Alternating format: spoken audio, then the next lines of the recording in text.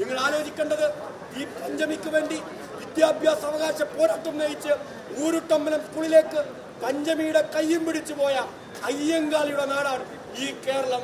ശ്രീനാരായണ ഗുരുവിന്റെ അയ്യങ്കാളിയുടെ മന്നത്ത് പത്മനാഭന്റെ നാടായി ഈ കേരളത്തിലിരുന്നാണ് ജാതി പറയാൻ ഒരു സർവകലാശാലയുടെ സിൻഡിക്കേറ്റ് മെമ്പർമാർ തയ്യാറാവുന്നത്.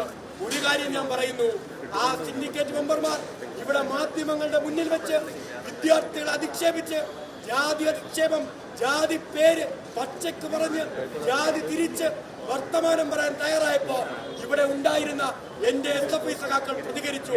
SFIയുടെ ജില്ലാ സെക്രട്ടറി പറഞ്ഞത് ഇനി ജാതി പറഞ്ഞാൽ കാലേവാരി ഭിത്തിയിൽ അടിക്കും എന്നാണ്.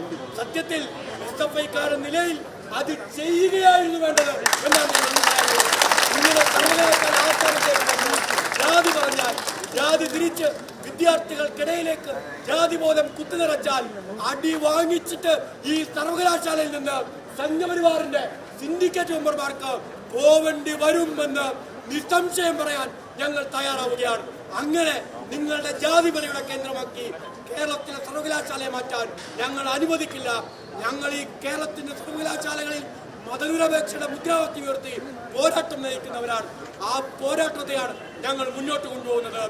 RSSകാരൻ വൈസ് ചാൻസലറായി എന്ന പേരിൽ, ഡീൻമാർ RSSകാർ നിയന്ത്രിക്കുന്നവരാണ് ചുരുക്കം പേർ എന്ന പേരിൽ അവരെ ഉപയോഗിച്ച് മതബോധത്തിന്റെ ജാതിവെറിയുടെ പച്ചയായ ജാതി അധിക്ഷേപത്തിന്റെ കേന്ദ്രമാക്കി ഈ കേരള സർവകലാശാലയെ മാറ്റാൻ പരിശ്രമിച്ചാൽ, അങ്ങനെ മാറ്റാൻ പരിശ്രമിക്കുന്നവരെ കൈകാര്യം ചെയ്യാൻ കേരളത്തിലെ വിദ്യാർത്ഥികൾ സർവകലാശാലയിൽ ഒത്തുകൂടുക തന്നെ ചെയ്യുമെന്ന കാര്യത്തിൽ ഒരു സംശയവും നമുക്ക് വേണ്ടതില്ല.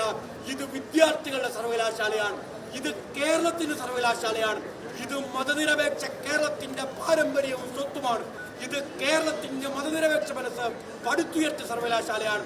ഈ സർവകലാശാല ഒരു സംഘപരിവാരത്തിന്റെയും തറവാട്ട് സ്വത്തല്ല. ഈ സർവകലാശാല ഒരു സംഘപരിവാരത്തിന് മുന്നിലും അടിയറവ് വെക്കാൻ കഴിയുന്നതല്ല. നിങ്ങൾ മാധ്യമങ്ങൾ ഇവിടെ നിൽപ്പുണ്ട്, നിങ്ങൾ മാധ്യമങ്ങൾ നിൽക്കുമ്പോഴാണ് ഇങ്ങനെയൊക്കെ ചെയ്യാമോ, ഇങ്ങനെയൊക്കെ പറയാമോ എന്ന് ചോദിച്ച് ഒരു പ്രകടനം ഞങ്ങളുടെ മുന്നിലൂടെ അങ്ങനെ പോയത്. പോലീസുകാരൊക്കെ ബാരിക്കേഡുമായി പോയി, വേണ്ട വെറുതെ പോകണ്ട, അവര് മൂളുകയേ ഉള്ളൂ, ഒച്ചയൊന്നും ഉണ്ടാക്കില്ല, പ്രശ്നമൊന്നും ഉണ്ടാക്കില്ല.